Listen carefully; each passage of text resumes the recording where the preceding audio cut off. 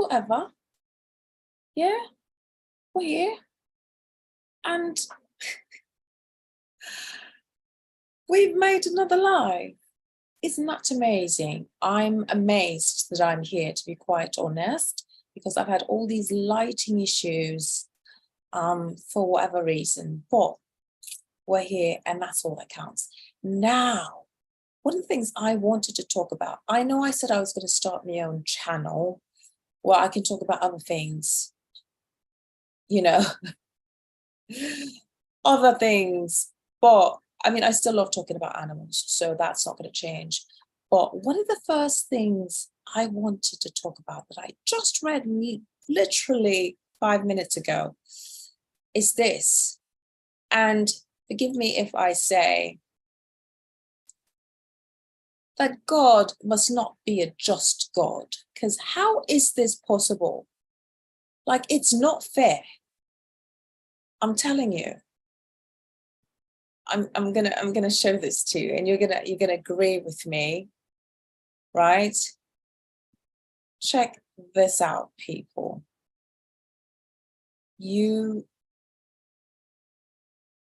Taylor Swift's cat. What is this thing? This thing is in the way. Taylor Swift's cat. So this is the New York Post on the 4th, yesterday.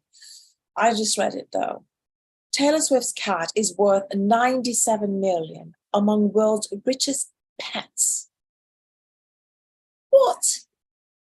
Yeah, I'm jealous. Ask me, am I jealous? Yes, I'm jealous. Jelly, completely jelly. I'm jelly, I'm jelly, I'm jow. If anybody ever watched The Only Way is Essex? Oh, one of my favorites from that show was, last name was Childs, and she said, I'm Jow. I'm so Jow. I'm so Jow. For all of you that don't know. It's something regional, obviously. So here it says, this article, the cat's called Olivia Benson. Isn't that from, wait a minute. Isn't Olivia Benson, no, that's Olivia Pope. What is Olivia Benson? Anyway, is the third richest pet in the world with a net worth of 97 million. Can I repeat that for you? 97 million. This cat, this lazy, chilling ass cat is worth $97 million. Now, I'd like to understand why. Is it because it's Taylor Swift's cat? Because Taylor Swift is worth like gazillions of dollars? Or is it that the cat has some certain attributes? Is the cat working? Does the cat have a job? What's going on? So it says here,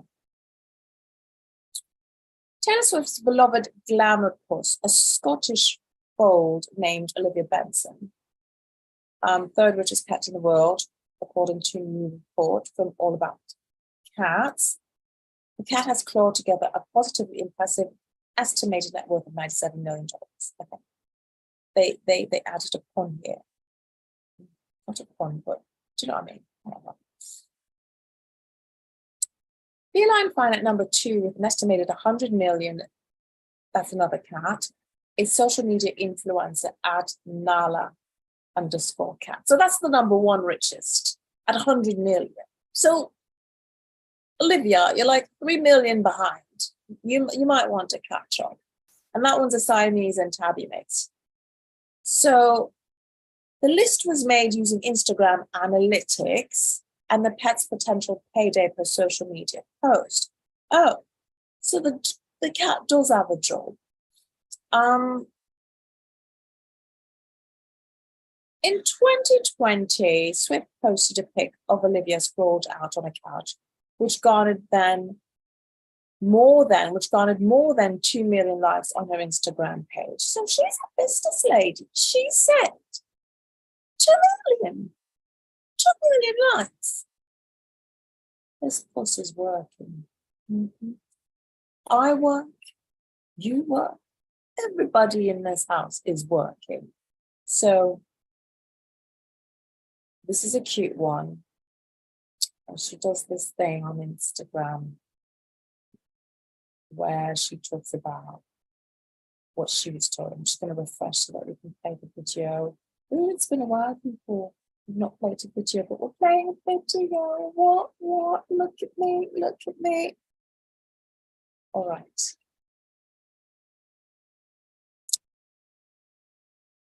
So here's what she says. Like kind of canvassing everyone I knew, going, is cats cat lady?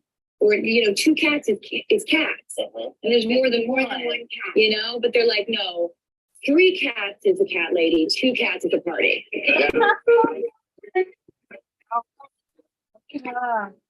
One cat. Oh, no, 2 cats. Yeah, it's a party. It's officially a party.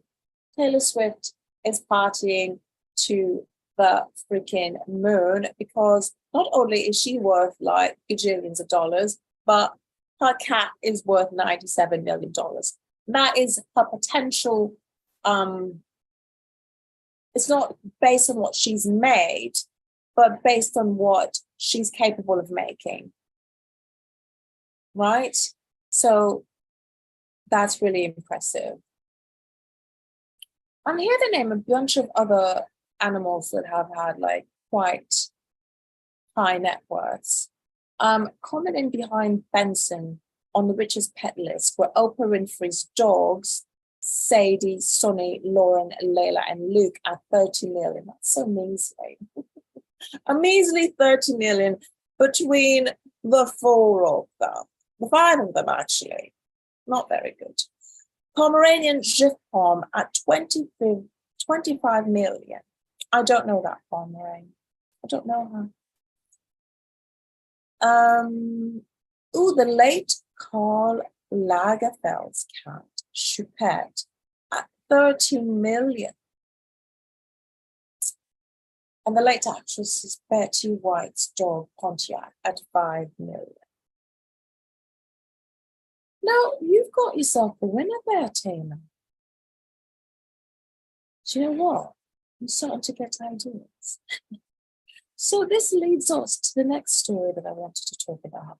And I think it makes sense, right, to go to this story now. Here. I'm just going to stop sharing for a bit so we can talk about it. All right, so Taylor Swift is making bank all the way around. Everybody in the house is working, right? Taylor Swift's dust makes money, all right? So the next one is 5 reasons why you should own a pet. One of them is that you can make quite a bit of money on them. Like, no brainer. So let's look at what them 5 reasons are. All right. So this one is from abc4.com. Now, I love pets. I think everyone should have one, as long as you can handle it, as long as you're able to take care of it. Don't get them just because they're cute, do you know what I mean? So 5 reasons you should get a pet for the new year. Now, pets help loneliness. I agree. If you've got a pet, at some point you'll stop talking to it. You know it may not answer back, but you know what? There's plenty of evidence on TikTok that they do answer and they understand, especially the ones that talk back the little talky things. So talk to your pet. You can talk to them. So get one and talk to them. And I think that's something that everybody could do. It says here, being a pet owner is good for your brain. Oh no! You know, I've had pets. That's probably why I'm so intelligent. Yeah, I've had quite a bit of pets. Quite a few pets, I mean. So there you go. It says here, having a pet is more beneficial than previously thought. Not only will your furry friend cuddle up with you and enjoy your company, but owning a pet could delay memory loss and other cognitive declines. Okay, so if you're susceptible to Alzheimer's, or you feel that that might happen, or dementia, whatever, get a pet. Pets help you stay active. Oh my gosh, because they've got to go quite a bit, don't they? So yeah, no choice but to be active with a pet. I'll attest to that. And since not only can you help, can it help your brain work, but it can help your body. Having a pet increases your opportunity to exercise, be outside and socialize. Taking regular walks or walking with your pet will decrease blood pressure, cholesterol levels, and triglyceride levels. So get one. I'm convinced. Having a pet may decrease you or your family's allergies. All right, see, this is where I take exception to that. It says here, allergies is your immune system mistakenly flagging something harmless as dangerous. No one ever wants to be allergic to their furry friend, of course not, but there are ways to prevent allergies. If exposed to pets in early life. Now, is 5 not early enough? Because I must say, I don't understand why it is that as a 5-year-old child, I had a little bit of a kitty, a tiny little kitty, and what happened to me by the time I was a teen and in boarding school?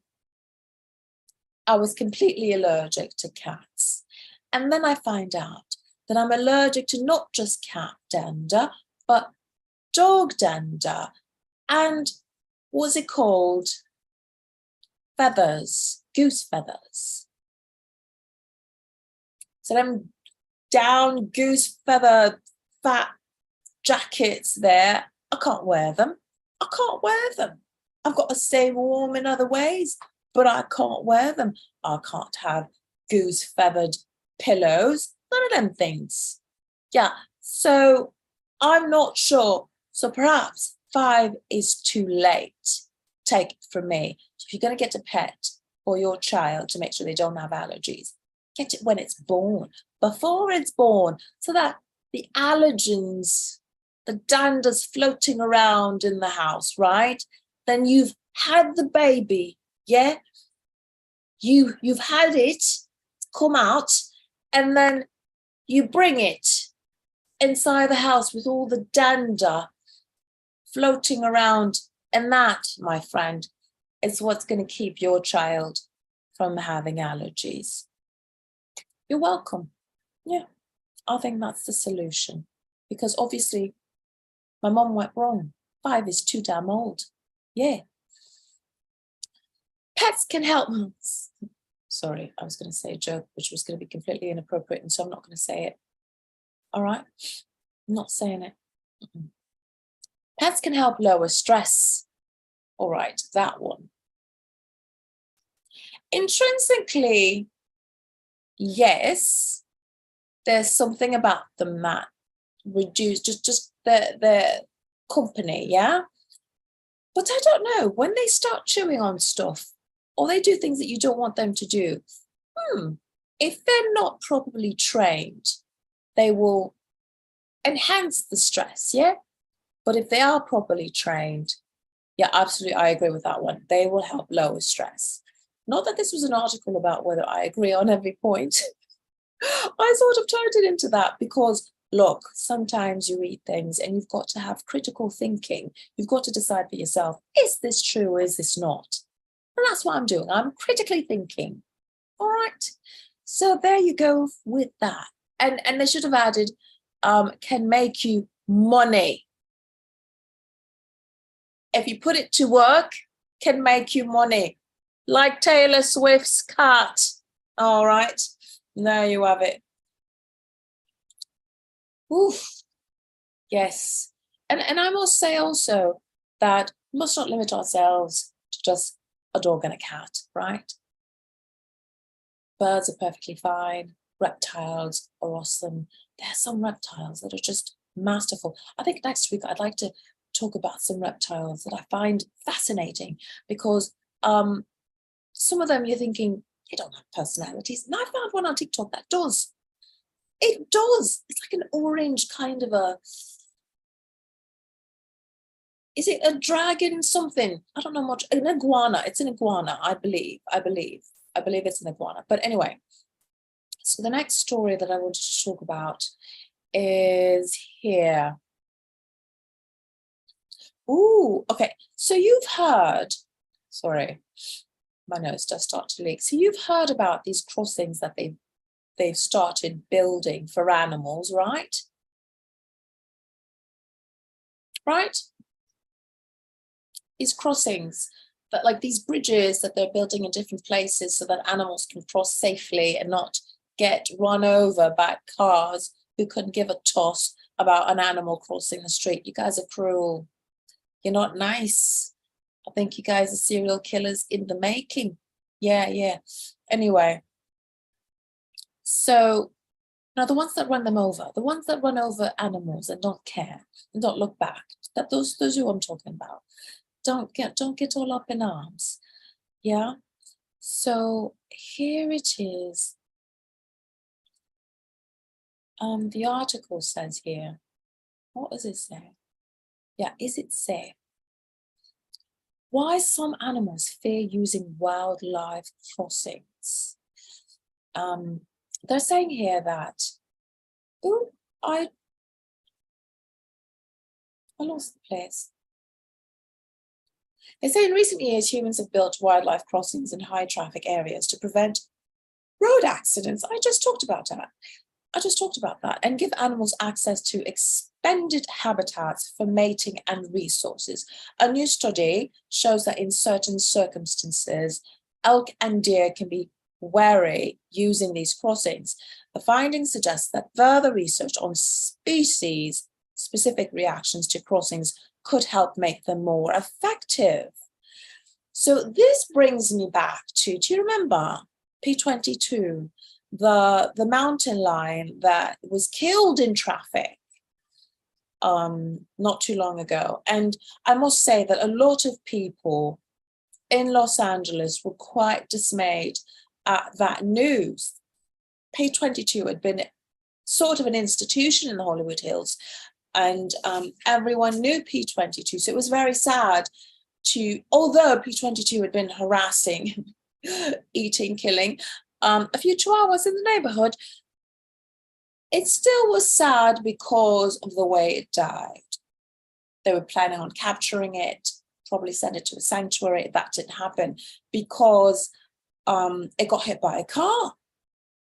And so these crossings are very important. But unfortunately, lots of animals just don't trust it. I can completely understand. I mean, they've seen roads for quite a while. They see that cars go by, right? I'm thinking they don't particularly see many animals crossing. So they're thinking, is this safe? Am I going to be steady? So it says here that these bridges help prevent inbreeding among small and vulnerable populations. That makes sense, so that you at least can travel to find your mate, right? You're not stuck in one small area. So that makes a lot of sense. But whether animals feel safe using these crossings is another story. Wildlife tunnel beneath, okay, so it says here, UCLA researchers and colleagues who studied the reactions of deer and elk around a wildlife tunnel beneath a 4-lane highway. So that's how they were able to figure out that animals may not feel very safe. It says here that Journal +1 shows that these animals were less likely to use the undercrossing after they had displayed a vigilant or fear-based response to passing vehicles on the road over the crossing. So here's the thing. It's the fact that there are cars crossing over above them that makes them feel unsafe. They're probably not able to negotiate the idea that I can cross, yeah, but what's to stop them cars above me from falling on top of me? And a natural reaction, to be honest. If you don't know, you don't understand how these humans are working and how they're making and building things, you don't know. You're thinking, yeah, that thing could very well hurt me, fall on top of me. And so I can see how an animal can be like, I'm fearful. I don't want to do this. All right. So what's the solution? So there's plenty of video showing. It says here, if we can figure out ways to leverage wildlife behaviors, we may be able to make wildlife crossings more effective. For example, walls to dampen sound or to reduce the visual effects of passing headlights may encourage use of crossing structures. Makes absolute sense. We hope that this study is just one of many that will examine different wildlife species and levels of traffic to better develop tools that increase the use of crossing. So I got this from ScienceDaily.com. This is an article written by ScienceDaily.com. All right. Now, next story.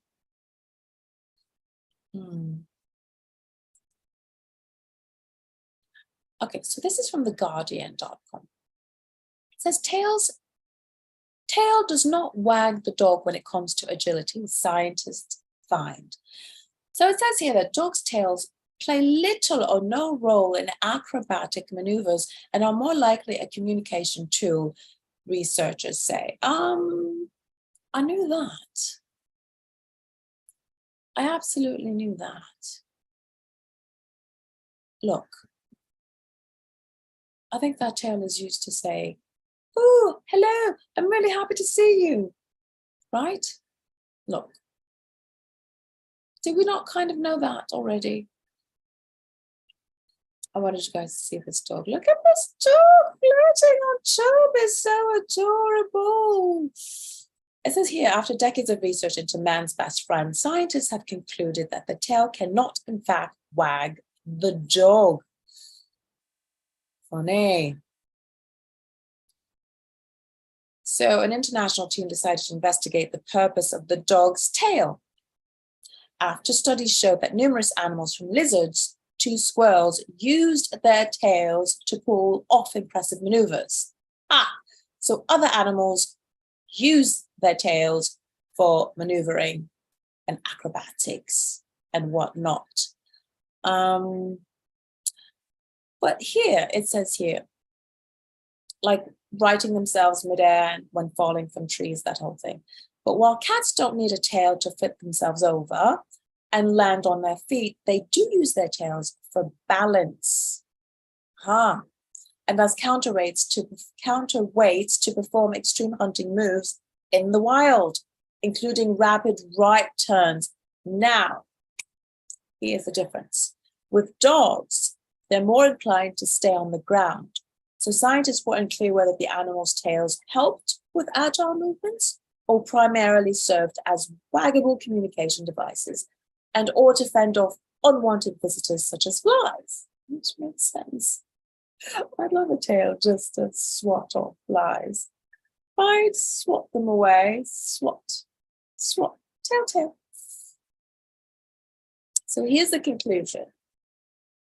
It appeared in a preprint titled, Tail Wags the Dog is unsupported by biomechanical modeling of canidae tails, which means canine, used during terrestrial motion. In the paper, which has not been peer-reviewed yet, the researchers described how the modeling showed tail movements made almost no difference to dogs' trajectory when it leapt into the air. If you want more information, go to theguardian.com.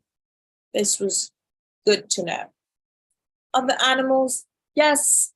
Dogs, not necessarily so. And perhaps not at all. Oh, good to know. Good to know. All right. That's it for that. Do you know what to do? I forgot to Put me over a nice little line, but I'm going to do it right now. Never too late to do right. The gown's my name. Don't you forget it. All right. So now the next story that I wanted to talk about is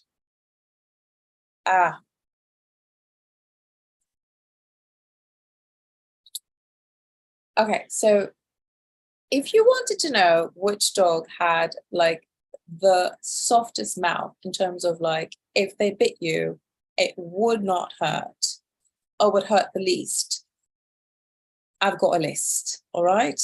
I've got a list of that whole situation. Dog bites you. What kind of dog is it? Is it going to hurt? Let's find out. So here I am showing that for you. I thought that was interesting. So the 2023 breed list of dogs that are soft mouth, that rarely deliver a painful bite. And we get that from Scotsman.com. It's become one of my favorite websites in terms of, you know, polls and finding out a lot of good information. And this one was written by David Hepburn. So let's proceed. Labrador Retriever, number 1. Look at it. Oh, bite me, bite me. That's only because I know it's not going to hurt. They're so cute. Number 2, Golden Retriever, of course, right? Number 3, Chesapeake Bay Retriever. It says it only delivers a proper bite if it really has to, okay? Nova Scotia Dog Tolling Retriever. And it's the smallest of the retrievers. So has a very soft mouth. Oh, look at that. Now you got to go to the next page. Oh, put a little finger in the mouth. All right. Gordon Setter, number 5.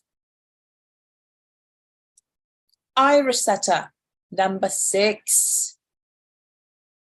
It says here, easily identified by the luxuriant mahogany colored coat. Look at that coat. All setters comes with soft mouth as standard, okay? Standard.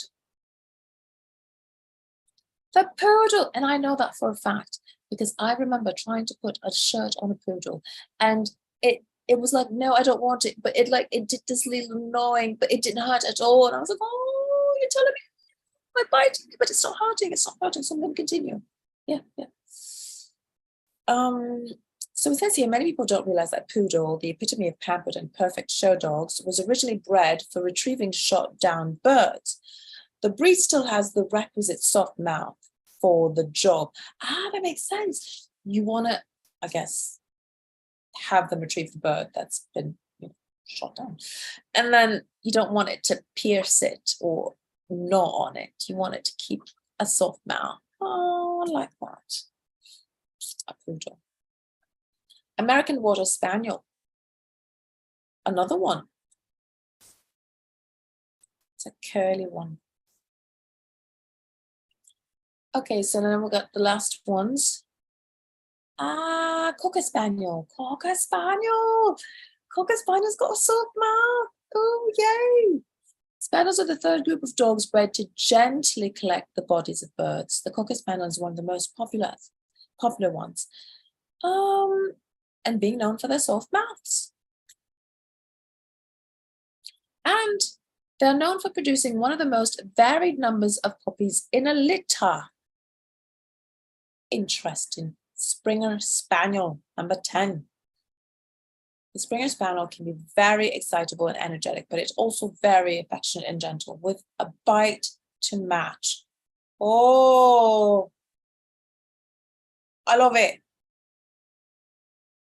So Scotsman.com if you want to read that one. Love it. There's nothing like it, right? Absolutely. So, do we have anything we want to talk about? See, that's what I'm saying. This week's not been like a newsy, but oh, you know what? I did want to say that I found this interesting. You know, we were just talking about, what do you call it? One of the reasons you should get a pet. And I just found out that Judge Lynn Toler, her husband died, and she got a new dog. So I was watching that on IG. Let's see if I can actually retrieve it. And that was one of the things that I realized, because so she's just announced it, I think yesterday, right? And her husband died on the 23rd of December. So when she announced it, you noticed the big dog in the background, and I thought that was quite fitting, because at the end of the day, when you're going through something as traumatic as losing a significant other, I can imagine how having a pet can help under them circumstances. So I'm going to look her up to see if I can find that actual,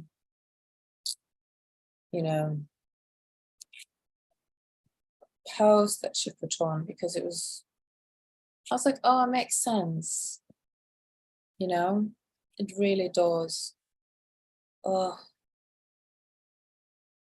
it breaks my heart. Wait. Can I just not get on it? Oh, man.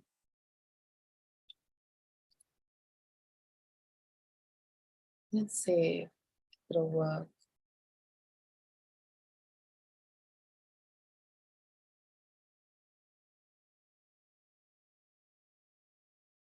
All right, so I wanted to see, okay, so let's go on. So let me bring you all back here. And I'll share the screen, yeah? All right, so here's George Lynn Toler's Instagram. And so this is where she talks about. I just wanted to wish you a happy 2023. I hope it's fabulous. I hope it's fantastic, but I hope when it gets rough, and sometimes it will get rough, and cover this up so I don't have to worry about one of the girls jumping out. Whatever happens, stay cool, stay calm, keep it together. Hey, how you doing? Sorry. I just wanted to wish you a happy 2023. I hope it's fabulous. I hope it's fantastic, but I hope when it gets rough, and sometimes it will get rough, and cover this up so I don't have to worry about one of the girls jumping out. Whatever happens, stay cool, stay calm, keep it together. I don't know if it's my algorithm or not, but every time I turn around, I'm seeing people, I can't unbutton my own shirt, seeing people losing their minds, going crazy about everything all the time. This is not helpful. You want to take, if it, bad things won't happen. They are. But you got to know where man's supposed to go. And you can't just lose your lunch. You just can't, because we can't afford it anymore. There's just so much of it out there. Everybody got frustration. Something really jacked up happened to me this season. And there were so many people I wanted to cuss out. And I might still cuss somebody out. But I think she's talking about like losing her husband. Because this is before the announcement. My mother would hate me if I didn't. I'll show you. So this is my little Christmas to-do thing. And this. No. Say hi. Woo! Say hi. New dog. New dog. Not housebroken. Got diarrhea. So you know how my day is going to go. But whatever happens to you, hang in there and keep it. Hey, how you doing? I thought that was really sweet. So she's going through this. She's not announced it yet, and is telling people to just, keep it together. Things might go wrong. You might be going through a lot, but you've got to keep it together as much as you can. And one of the things I love about Judge Lynn Toler is that she often inspires people by sort of showing how she's not perfect and how she deals a lot with her emotions and how she's had to sort of learn to manage her emotions quite young because she's had a few outbursts throughout her life. And so someone like that shares that kind of vulnerability and lets you know that, look, I have trouble dealing with my own emotions, but here's what I do. And every now and again, she puts out little posts about how you can manage your emotions, and she puts out memes and stuff like that. And so isn't that amazing? She's going through her own heartache and heartbreak, losing her husband, hasn't announced it yet, but takes the time to say, look, I'm going through stuff, but you got to keep it together. But and I suspect as well that this helped her keep it together, So I bet you when you sort of stay in your cocoon, you let go and you don't sort of come out.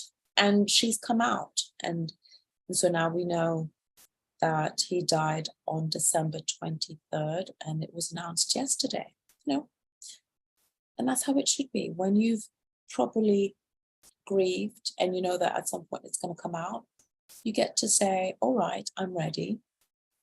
And it seems like that's when she was ready, and that's when it was done. And she's got a new dog, and hopefully that new dog helps her on her journey of, sort of living through grief, because you never get over grief, right? You grieve your whole life for the person you've lost.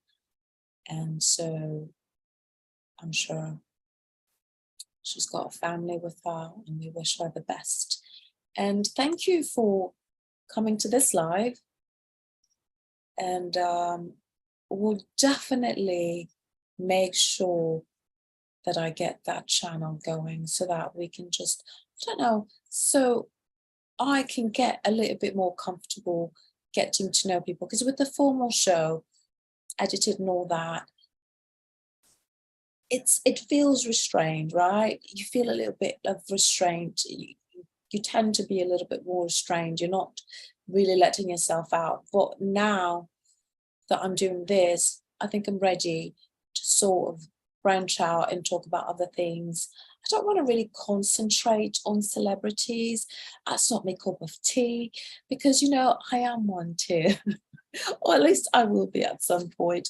But I'd like to talk about things that concern us every day. I'd like to talk about wellness. Them's the subjects I'm really interested about. And anything that anybody would like me to talk about, my own experience, how it translates to what I do and how I feel better for it.